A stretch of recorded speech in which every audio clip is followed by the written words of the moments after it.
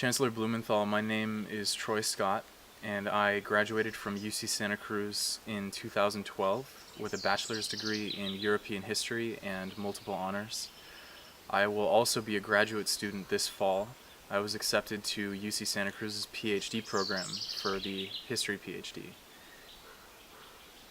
You and I have only met once, I believe, and we only spoke for a few minutes, but I got the impression from you and from your writings on your Chancellor's page that you actually do concern yourself with the experiences of students at UC Santa Cruz. I decided to contact you when I read on your website that you are known for your efforts to increase access to the university. And I can only assume you're talking about marginalized or underprivileged would-be students. Today I'm contacting you to discuss my girlfriend, Veronica Jean Barnard, who is one of these marginalized and underprivileged students, or she would be a student. You see, Veronica has been admitted to UC Santa Cruz 3 times. She has excellent grades. She, by all rights, is a better student than I. I met her when I was in junior college in Southern California, and I have never met anyone who can read so many books in a week. I believe she could do a PhD in 5 years or less.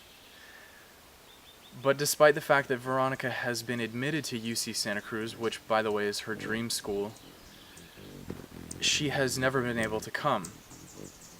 And the reason that she hasn't been able to come is because each time she accepts her admission and accepts her offer of financial aid, the registrar's office contacts her sometime around July, before she would start school, to notify her that she is considered an out-of-state student and therefore her financial aid is revoked and her tuition fees skyrocket. I want to talk to you about the concept of California residency for tuition purposes. You see, even if a person is a California resident for voting purposes or for tax purposes, they are still not considered a California resident by UC Santa Cruz or by the UC system for tuition purposes for a few different reasons. One of these reasons is if the student is under 24 years old and their parents are out of state. Veronica is 23 years old. She was 19 when she applied to UC Santa Cruz her first time. And despite having been admitted all of these times, the registrar changes her residency status right before she moves up. Veronica's circumstances are unique. And after reading the rules and guidelines set forth by the registrar's office about California residency, I now realize this system of determining who is a California resident is a broken system, which is perhaps designed to marginalize people of unique residential statuses. Veronica Barnard, my girlfriend, does not have a father. He's never been in her life. I don't even know his name. And her mother is on numerous medications for a few mental disorders. She's in and out of mental hospitals in her home state of Connecticut. In 2008, Veronica Barnard moved away from her mom because she was abusive and now lives in California with her aunt, who is presently fighting cancer. Veronica has never depended on her mother or father for financial reasons since 2008. She has only ever depended on her aunt, who is now presently unable to support her whatsoever. Veronica was given a room to stay in California for the past several years by her aunt, and she's been working and putting herself through school ever since. I know that you are interested in expanding accessibility to students of marginal status or unique life situations. And Veronica has quite a unique life situation that does not comply with all of the guidelines set forth in this statement of rules determining who is a California resident. So Veronica has been denied the right to an education several times now by a broken system that was not designed to handle situations like hers. In essence, she will never be able to go to a school in California without paying out-of-state resident fees. However, she could not move back to Connecticut either to go to school because she is not considered a resident in the state that she was born in because of her change in residency for voting and tax purposes. So Veronica is a resident of nowhere and cannot go to school.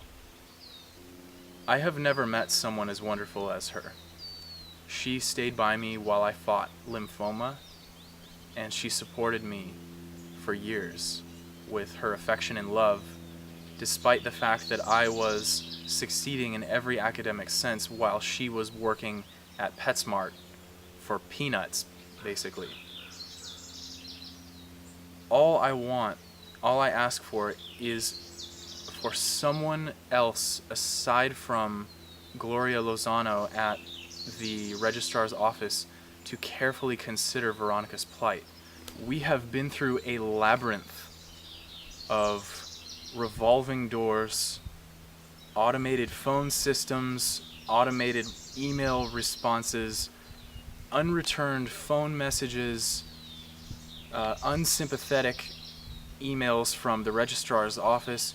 Absolutely no one is interested in Veronica's right to an education except me, and for several years I've kept silent because I didn't think there was anything I could do. But now I know that I have to do something unorthodox to get attention for her unique situation.